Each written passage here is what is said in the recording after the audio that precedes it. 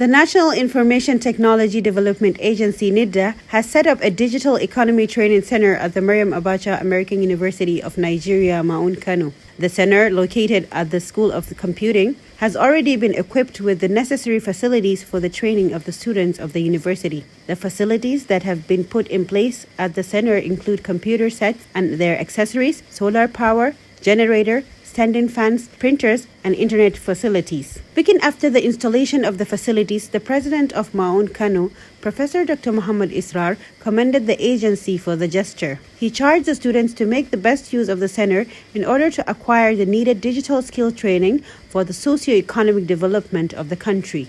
Also speaking, the Vice President Administration, Dr. Habib Awais Abubakar, also lauded the agency for setting up the center, which he said would go a long way in promoting information and technology IT-driven economy in the country. He, however, called on the staff to ensure proper maintenance of the facilities so as to safeguard them from damage. Other principal officers that accompanied the president during the inspection include Director Founder's Office, Dr. Aliyu Muringa, and Hajia Maimuna Saidu Bello, a senior admin officer.